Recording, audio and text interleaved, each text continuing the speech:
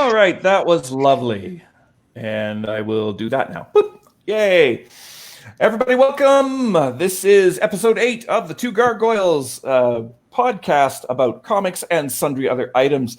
With me today are fantastic Kyle Burles and Mike Rieger. The acceptable Mike Rieger. The acceptable Mike Rieger. And the always inimitable, our famous guest, Sarah Dudenhofer. Hi, Sarah. Hi, Sarah. Thanks for joining us today. Thanks for having me. Yay. Well, let's see. Today, we're going to add a new segment today. We're going to actually talk about what we're reading because it is a comics podcast. And so we're going to talk a little bit about comics and other books, just so that you know we are, in fact, literate and are working on that. Looking forward to talking to Sarah about being an indie comics artist herself, but also a crafter as well, and experienced con goer in that regard as well.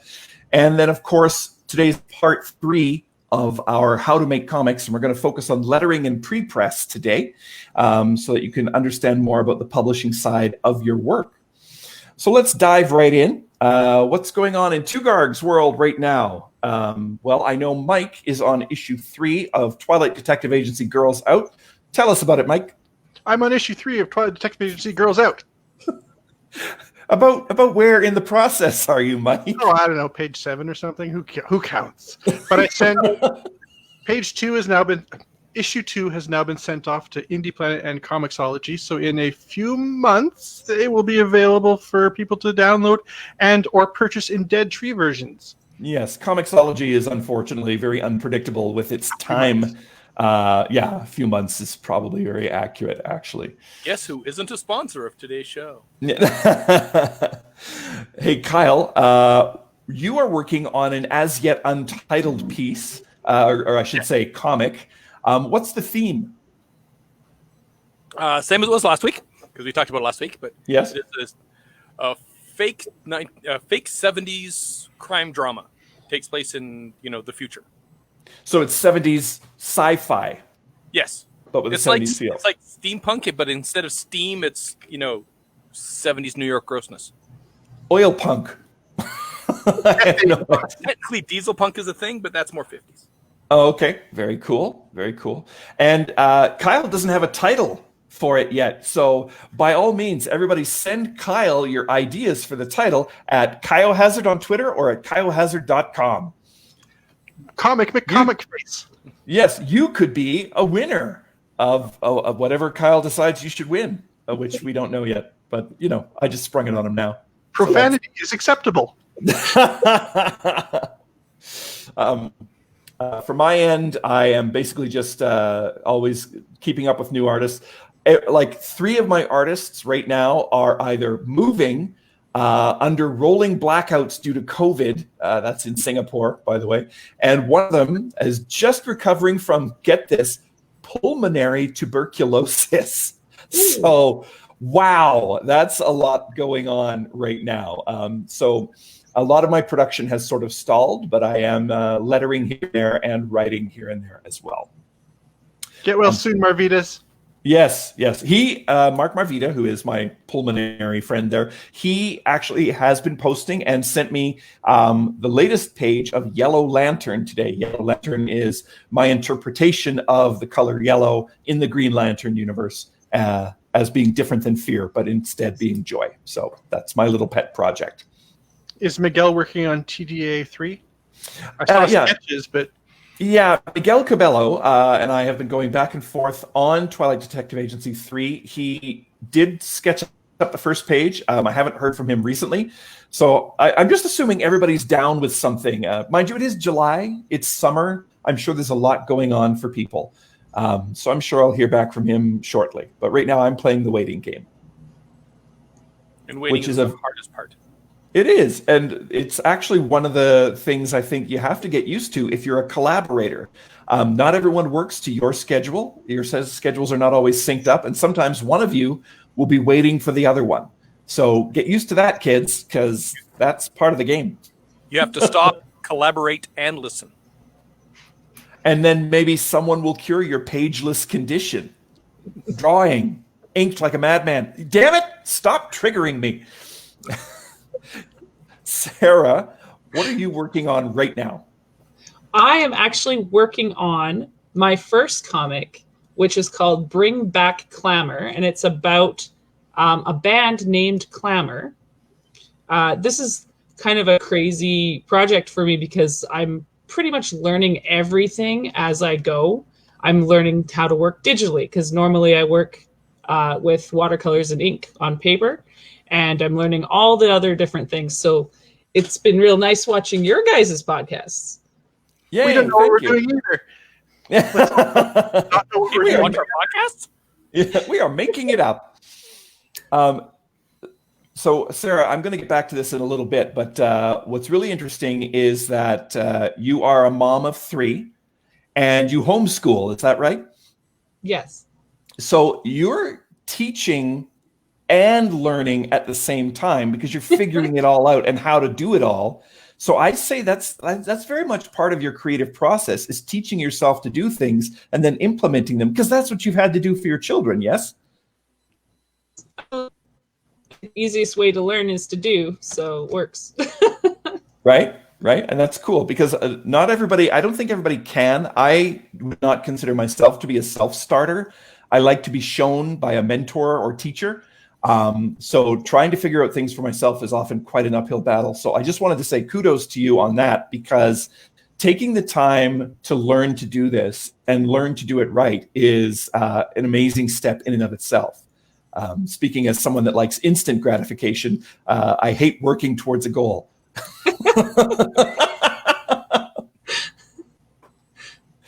I like how Mike and Kyle are just nodding. They're just silently. Not jumping in on this one. Yeah.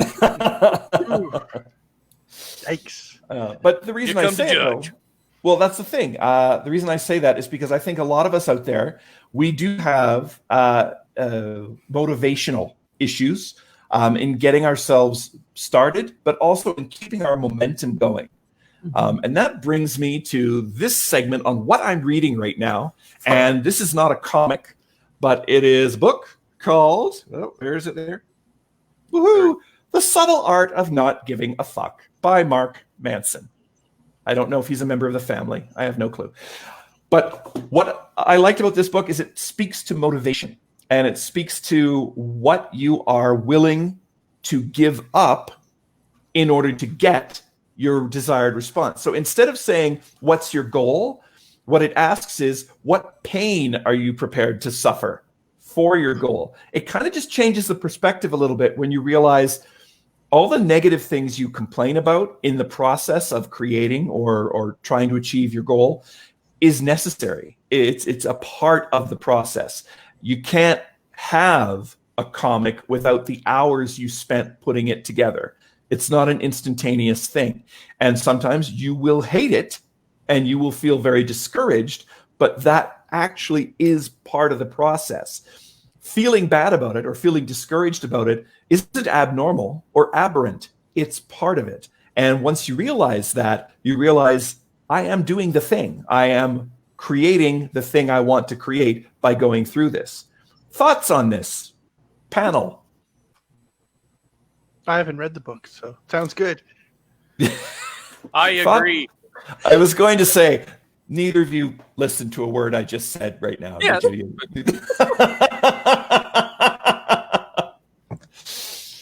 Well, that's good. Anyway, that's my thoughts on it. And so I recommend the book to anyone that is struggling with motivation.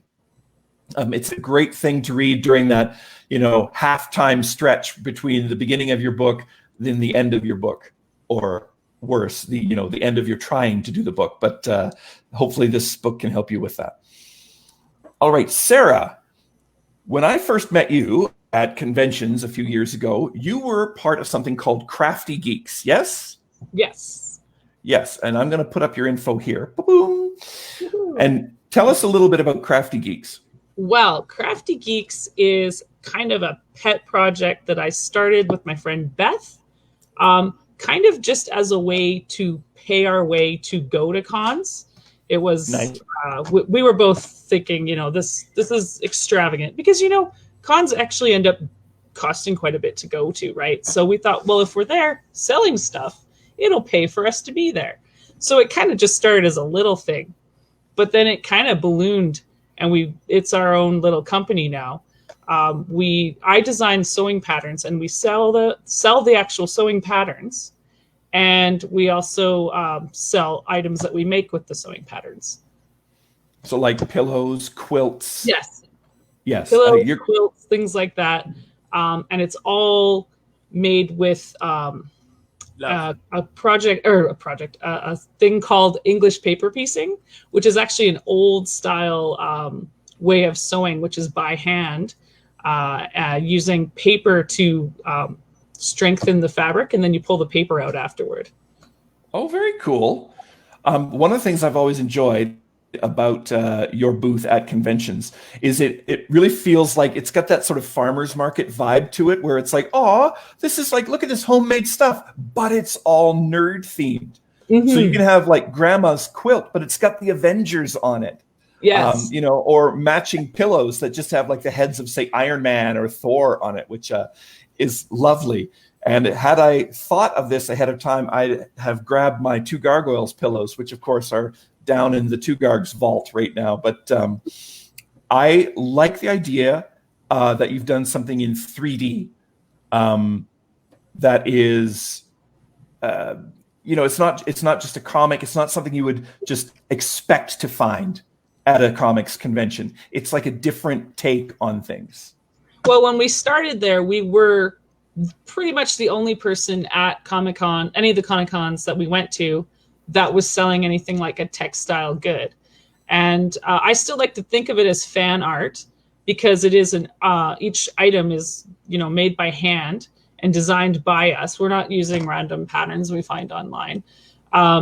But it's a usable item, right? It's not just a model that you put on your shelf or whatever, right? Right. Exactly. Yeah. Yes. I want you to tell your BB-8 story. Oh, okay. That was a few years ago. We were at Sask Expo in, where is that? In Regina? Saskatoon. No, Saskatoon. Sask Expo. Got it.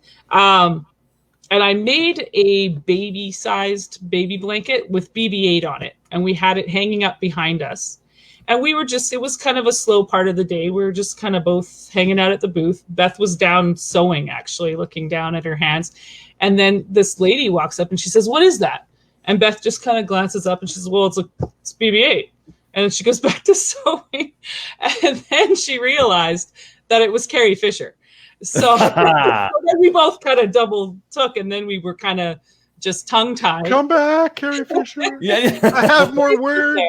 And we said, "Oh, it's a quilt that we made by hand," and all. And we were going on about it. And she said, "I want it." And we're like, "Oh, okay, that's great." But then the guy with her kind of had to keep pushing her on because she was late for her panel. So she said she'd come back. So then for the rest of that day, I wouldn't leave the booth because I didn't want to miss her. And I had to pee so bad. But she ended up not being able to come back again. So, but then the next weekend, we were at Edmonton Expo, and she was walking around again. And she said, "Oh, I remember you guys. I remember the BB-8 quilt. I'm coming back for that." So we were like, okay, that's pretty cool. So we got to see her twice, and it was really exciting. But then later that day, we had Brian Herring come by, who is the, what do you call it, the puppeteer? He is BB-8. So ball handler. And he said, "Oh, I love that quilt." And we didn't know who he was because, you don't see his face, right? And then so he explained to us who he was. And then we were pretty impressed. And by the end of the weekend, we hadn't sold the quilt. The quilts take longer to sell because they're a big ticket item, right? So anyhow, we hadn't sold the quilt. So I tweeted him. I said, "You know what? Why don't you take the quilt? We'll give you the quilt because, you're BB-8. You might as well have the quilt." And he said, "Oh, that's so nice of you. I'm actually in town for a few more days. Do you guys want to go get some drinks?" So we actually went out with him 2 days later to a pub and we sat with him for, I don't know, 2 hours while he just regaled us with all these stories from the set of Star Wars. It was really cool. And he signed maybe like 50 pictures for us to get. Wow. Yeah, it was a really cool experience. That is cool. I like that. I actually want to stay on this topic for a second because Kyle has the most amazing, I don't even want to say luck, because I think it's skill and it's perseverance in getting celebrities to sign the stuff you draw with the celebrities on them. Kyle, what's your favorite celebrity story? I probably have two, but I have to say the first one is, I think it was Edmonton Expo many years ago. It was when Hannibal was still on air, and Mads Mikkelsen did a convention, which he had never done one before. Apparently, the Edmonton was his first one, and he has done very few since. But I saw him walk by, and I yelled out and held up my Hannibal print that I had just done, which I was quite proud of. And he came right over to my table and was like, "Oh wow, this is amazing!" And he got me to come over to his table later with a copy of it, and I got pictures, and he signed one, and he kept it himself. And I was desperately trying not to completely freak out. And I think that was pretty much the first time I had a guest come to me versus you going to their table. Yeah. And that is awesome. And I mean, if you guys, for those of you that don't know Kyle's work, which I'm actually going to put up his banner right now, if I can find it. Boop. For those of you that don't know Kyle's work, he does amazing likenesses of celebrities. And one of his favorite things to do is movie posters of movies that may never have happened or mashups between one property and another. And Kyle, like of all the people I've ever met, you get the most celebrity buy-in for your stuff. I mean, you've had Peter Capaldi, you've had, and of course I'm going to blank on every celebrity now, but Wei Yun from Deep Space Nine, Jeffrey Combs. Combs. Jeff Combs. Yeah, went away from me, but yeah. Yeah, and I mean, you also have the original Pinhead. Yep. Who has your work? David Bradley. He has your work up on his kitchen. Yeah. Like, that's amazing to me. I love that. Mike, do you have a celebrity story for us? Nope. Nope. I have a story about Carrie Fisher. I had a print of Batman and Superman wearing nothing but Speedos, suntanning on a balcony. And she walked up, pointed at it, and went, "That." And she bought the print. And I said, "I love you, Carrie." And she said, "I know," and walked away. So yeah, that's actually part of the fangasm of the convention scene. Like obviously you're creating because you want to create, but every so often, when you get that acknowledgement from somebody who basically is the fandom or has created the fandom, it's kind of a really big deal. So that's us just nerding out about it. Now, back to you, Sarah. After, a few years doing Crafty Geeks, you decided to start doing illustrations, on your own, like independent, having a table, doing art. Tell us about that. Yeah, well, so before Crafty Geeks even, I've been working for probably 13 years on and off as a children's illustrator. And so we put all this energy into Crafty Geeks, and then I realized, I should probably be bringing my art to the cons too. So yeah, about 2 years ago, I started getting everything ready to have my own table at cons as well. So we've been juggling Crafty Geeks and Tluey draws at the Comic Cons. Very cool. And that led you to doing a comic, yes? Which we talked about. Yay! Yay! And you are actually, and this is great because of our topic today, you're actually in the process of creating it and learning how to do it. In fact, I think just last night, you and Mike were talking about lettering, word balloons, and all that sort of thing. And as it turns out, that's one of our topic focuses today. We're going to talk about the lettering of your comics, people. I will open the discussion by saying lettering is as much a character in your comic as any of the people or creatures you draw. It matters as much as your line work, as much as your colors. Lettering matters. So I'm going to open it to the panel who have lettering opinions. Mike. Not today. Dead silence. You shared a lot of opinions earlier. I'm just opening up InDesign. Sorry. Okay. All right. Let's, because you mentioned InDesign, let's talk about the tools of lettering. Like I use InDesign, but kids, I used to use Photoshop. And oh then my I would goodness. shriek at you. Oh, Mike would, like, I think he wept openly. I'm not sure. Beep. There we go. Let's do that. And then let's do. No, we can talk about Photoshop first because it's what people have the most. Okay. And Sarah yesterday mentioned that she was going to letter in Photoshop, and then I passed out for a while. And then once the aneurysm sort of faded and I regained consciousness, I said, please don't letter in Photoshop. Photoshop creates a layer for each block of text you do, and it doesn't name them, so good luck finding the particular layer you're looking for when they're all named 1 to 32. Yeah. And you can't change fonts halfway through without clicking on every single text box and changing every single text box. Yes. One at a time. Please don't use Photoshop. Yeah, editing is horrible. So yes, if you have Photoshop, great. By all means, color your comics with it. Draw into it if you'd like. Don't use it for lettering. It will bite you later on. It really will. And also, your lettering will be, correct me if I'm wrong here, Mike, rasterized, not vector. So you may get you may get fuzzy lettering. That's what I'm saying. Photoshop can export PDF and retain vector fonts. Okay. But it's a little clunky. It's not a vector program by nature, so it doesn't do a good job. Right. this is InDesign, which is, it's a page layout program. So I use it to both create a comic. Watch my slow laptop. It composes the comic as a book, and it also uses it to letter the comic.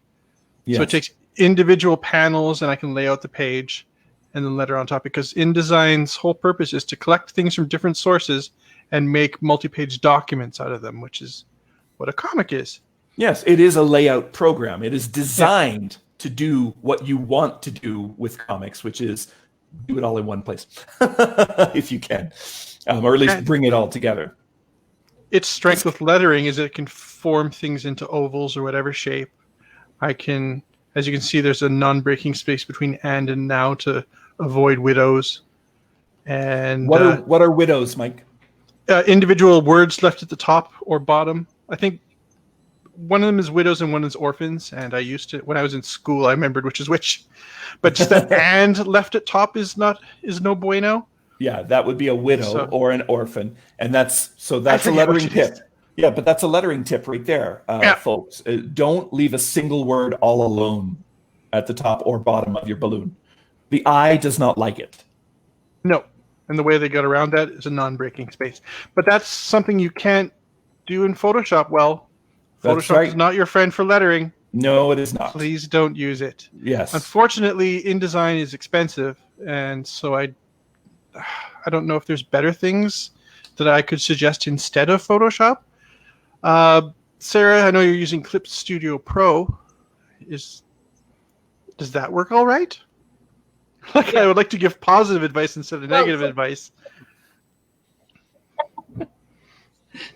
I have not seen that it has a lot of options for the text, but it does have the real nice balloons and whatnot on there.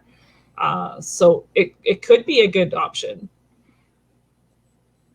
It could be. And is it shareware, or does it have a fee? Like, did you buy it? I bought it. Yeah, but it's not an expensive program. Nice. And Kyle, I think you're using Procreate to letter? I am. Yeah. And that's. Let me close I'm not out. sure what it seems to me Procreate is a pay, but I don't think it was originally when I got it. So is it? I thought it was free. I don't remember. I got it Pro years ago as well. Yeah. But it's not expensive. It's not InDesign expensive. Yeah. No, but it does not work like InDesign. It doesn't, it's a bit more Photoshop-y, where you just, type it in, but, you can at least mash all the layers together and not have to worry about. We also have a couple chat. We have comments. I clicked away from that.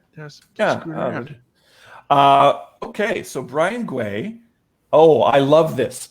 lettering is the primary way that people engage with your comic. It may be more important than your art in regards to the story. Now, I'm wondering if the artists here would disagree with that. No, I think if your comic is unreadable, it doesn't matter how good your art is.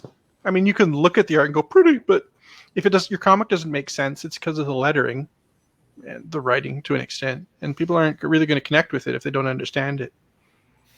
That's true for me. Like I go for the story first, and then let the images fill in what the words are telling me.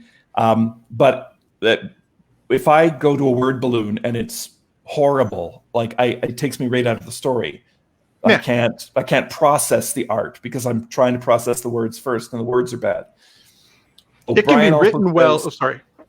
Just Brian says you can add fonts to Clip Studio Pro. Okay.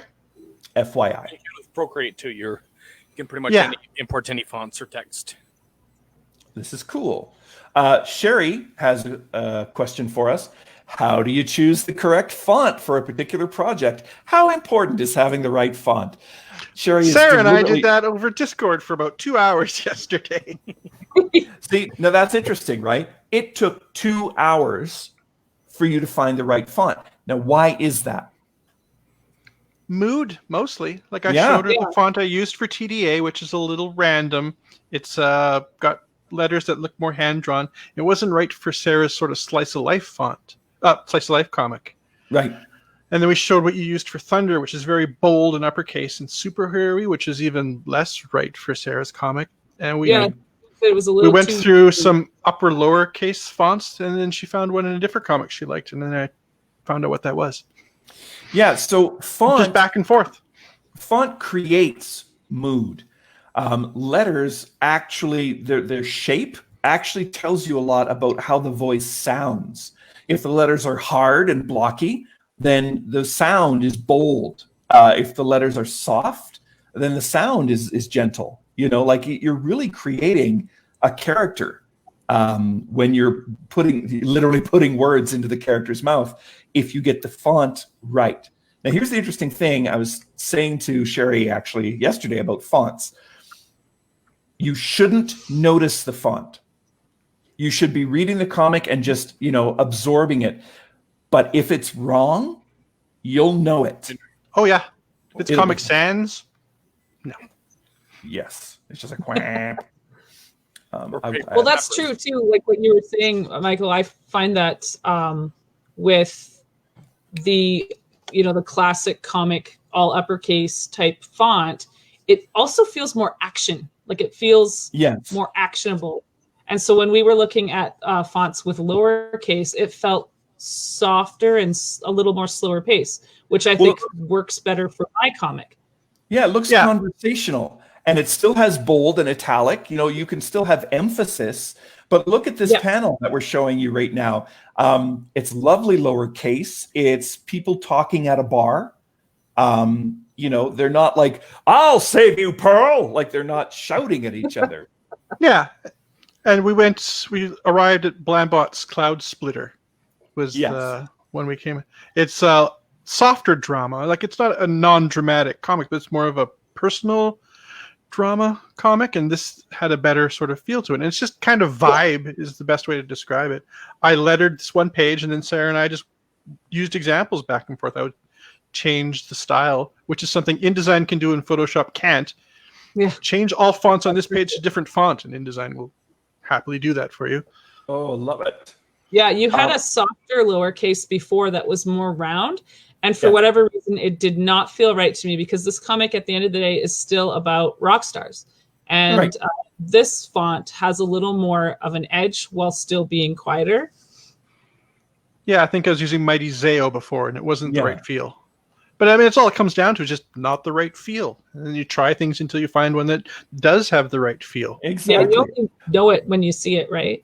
Yes. Pretty well. And by the way, Comic Sans never has the right feel. What it says is that it's bad and you're bad. It's bad, you're bad. I'm going to put up a link right now.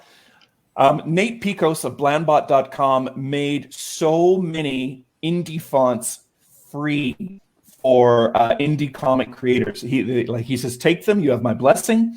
Use them in your books. And I use his stuff in my books all the time. So the URL is up there. It's blambot.com/collections/indie-fonts. And that is going to be a great resource for lettering your comic. And hey, you can't argue with free, right? That's amazing. And yet people still do. Yes, actually. The internet, Also wear a mask. Internet. Oh yeah, internet. P.S. Wear a mask. Yes.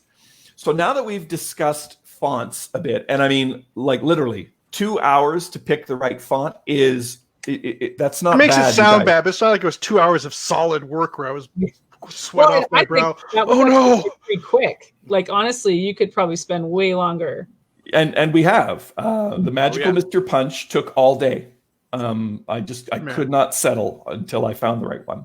As a professional graphic designer, I can kind of just look at fonts and imagine it in my head, which speeds up the process a little. Right. I can just look at them and go, no. Oh, yeah. Yeah. Mike is the quote-unquote font of knowledge. If I need to know, what font is this? I just send it to Mike. And he's like, there's a website that does that. And I'm like, yeah, but you're faster. I actually work pre-press for my actual job, so it comes in handy.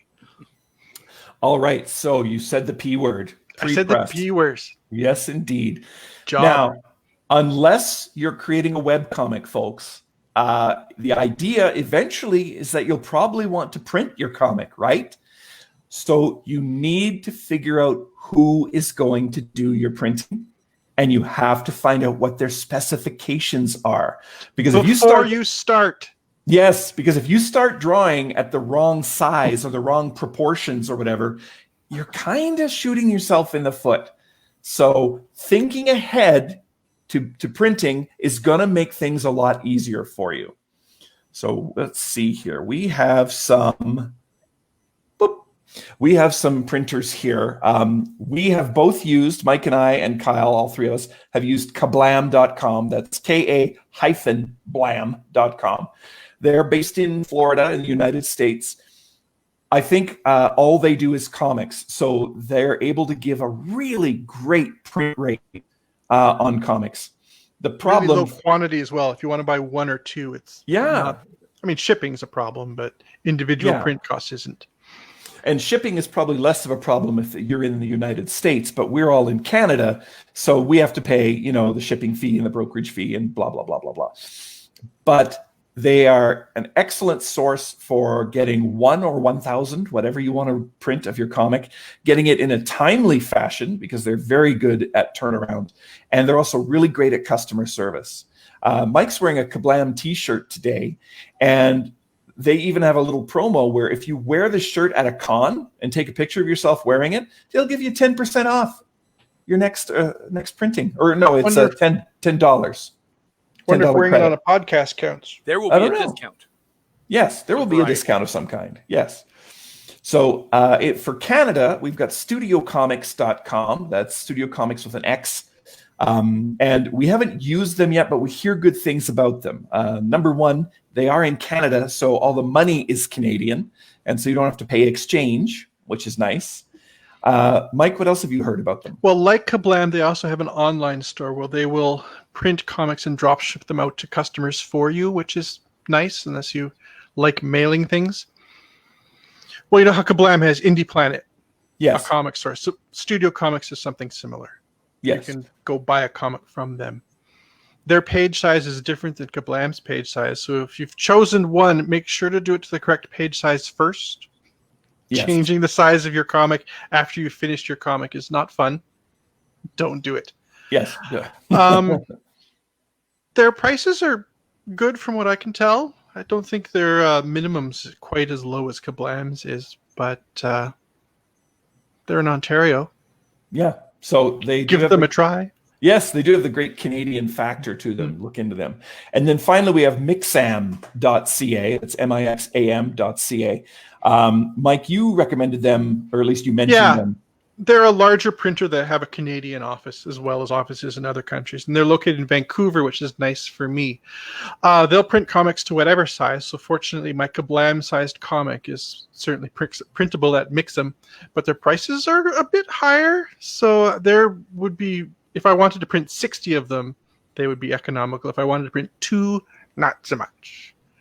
Understood. And that's, you're going to find that with a lot of printers, folks. Quantity is what gets you the bigger discounts, So that's why I like Kablam, because if you're just starting out and you're like, I don't even know if I can sell 10 books, much less 100, it's a lot easier to get a small print run out of Kablam. Or you can always look for local shops wherever you are. Absolutely. Like Tongue Cheeks for you, or the office I work at for me.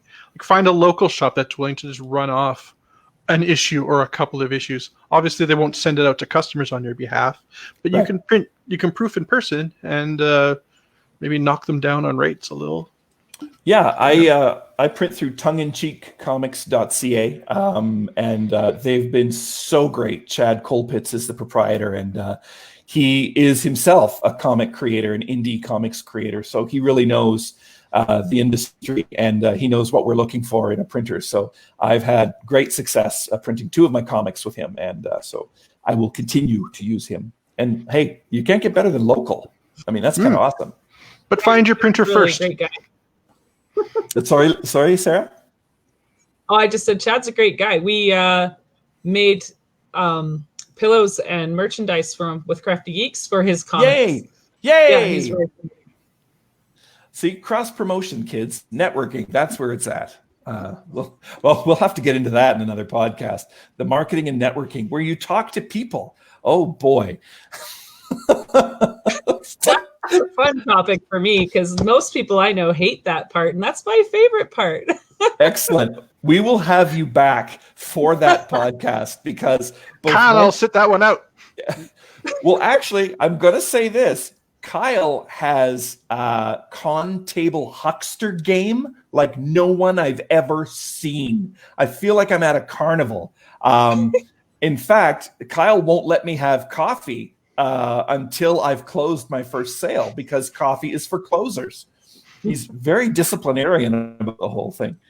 And I will apologize to anybody who has been near me and tries to help out with sales, because I've got a system. Right. Yes, And Kyle does not need help. There has been occasions where I've been like, no, and people think I'm mad at them. I'm like, no, just leave me alone while I'm selling. Yeah. What do you do to them? Nothing. I just stop talking to them like, Yeah. Apparently it has been brought to my attention by other people that, they thought I was mad at them, or, no, I'm not mad. I'm doing my jam. I'm intrigued and frightened. Oh, it was awesome. I was there. I haven't heard these stories. Oh, I saw it happen. It was good. Kyle very rarely frowns in a deliberate way, but there was frowning. Brows were beetled. Oh, yes. It was glorious. I enjoyed it. Looked like a Klingon. All the wrinkles on the forehead. Did we see Dark Kyle? No. See, that's the great thing. You don't ever get to see Dark Kyle. It's just, you can feel it. It's like a storm building in intensity. It's so cold right now. So what else can we say about pre-press? Like, obviously... Talk to your printer first before drawing your comic. Yes, and if your printer says things you don't understand, ask them to explain it. They'll be happy to. Yes, they would. Unless they're jerks, and then find another printer right away. Yeah. Like, if you don't understand what crops and bleed are, just ask. They'll explain it to you. They've explained it to 4 people that week already. They won't mind. Yeah, because it's better for them if they get the files ready to go than if they have to go over them and edit the files, right? And you can teach yourself something and learn something. I think I finally understand bleed, but I'm not going to. You shut up. You shut your hole. I'm not going to be so confident as to say I will never need help with bleed, but at least I know where the lines are that mean bleed. Bleed, for those of you listening at home, is what you got wrong when there's white bars down the side of your page. And That's then your right. friend asks you why there's white bars down the side of your page. And they won't believe you when you say, it's an avant-garde effect, meaning we're journeying into the future where everything is white. For some reason, they just don't believe you. So yes, understanding bleed and crop and all that sort of stuff. Your printer is there to help you. And if they can't help you, then they're not the printer for you. Yeah, they won't judge you. Ask all the questions. Yes, indeedy. Kyle, what are some of the struggles you've had printing? Because you've printed on your own before when you were doing GVK. That is where I learned the concept of bleed and, setup and having it aligned. Because, first pages, panels up high, panels are down low. But honestly, there's no real experience like fucking up. That's true. You don't learn from success. You learn from failures. Yep. You can also learn from answers, you guys. You don't have to just jump into the pool. Oh, parachutes? Why not? Oh, my God. Well, but once you do it once, you never make that mistake again. All right. I have a counterpoint. I make the same mistake several times because I just love it so much. Because there's memory issues there, I think. When we first started doing Diaper Man in '96, I didn't understand the difference between screen resolution and print resolution. I thought things will look the same on paper as they do on my screen. That is not true for anything. Not to be fair, that was a long time ago. Well, it was. But there are still people that I know personally that yell at their printer because their colors aren't the same as they are on the screen. Because they still don't understand that print is different from screen. Oh, yeah. I get 72 DPI files at work regularly. Oh. Yeah. And some people might be like, that's just my job is. Yeah, like my character is this particular delicate shade of pink, and then they get the test print. They're like, oh my God, what's happened to my gorgeous pink color? It's like, well, it's fiddly. You've got to fiddle with it until you get it right. CMYK. That's we right. had a guy ask us to print something on the RGB printer. I'm like, there are no RGB printers. He's like, oh, you don't have one? I'm like, they don't exist, my dude. Like, printers print in CMYK. Oh, because it doesn't look right in CMYK. Like, yes. That's right. The problem isn't we don't have an RGB printer. And it That's is the fourth dimension. I guess that speaks against my earlier point of when you're in won't judge you. Photoshop, and it's like, oh, yeah, right? Because they will. They just hopefully won't tell Quietly, you. not But like to your when you're in face. Photoshop, it's like, oh, would you like this to be RGB? Right. Would you like this to be RGB or CMYK? And of course, you don't know, right? So you're like, RGB, I guess, but you don't understand that it's still going to be printed in CMYK. Those are less letters, so it's less complicated. Well, exactly. And no. Feel free to work in RGB. Just understand when it prints it, you're going to lose some of your greens. Things won't be as intense. Exactly. As long as you're fine with it, it's fine. You can make RGB files. Let's see here. Oh, hang on a second.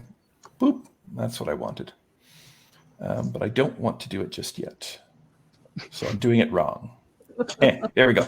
Build suspense. I know. I'm building suspense. Push buttons at random.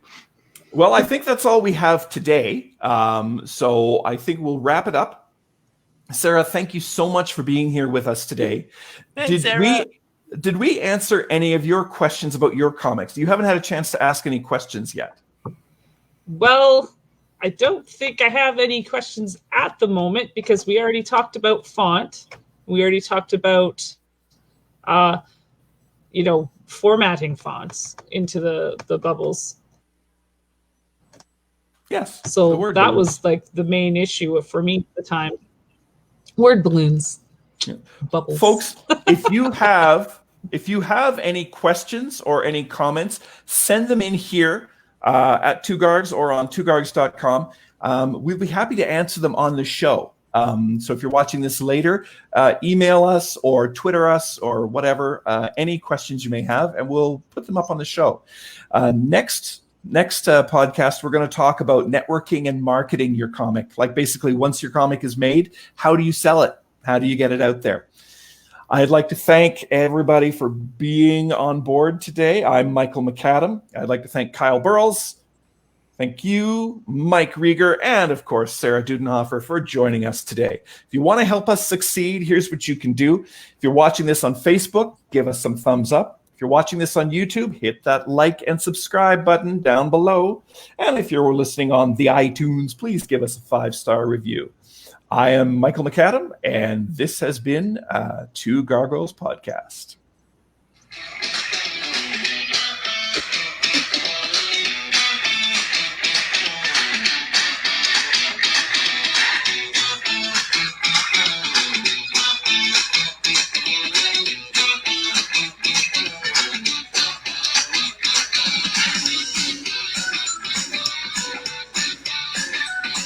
Is there a post-credit sequence we should watch for? Or can we go?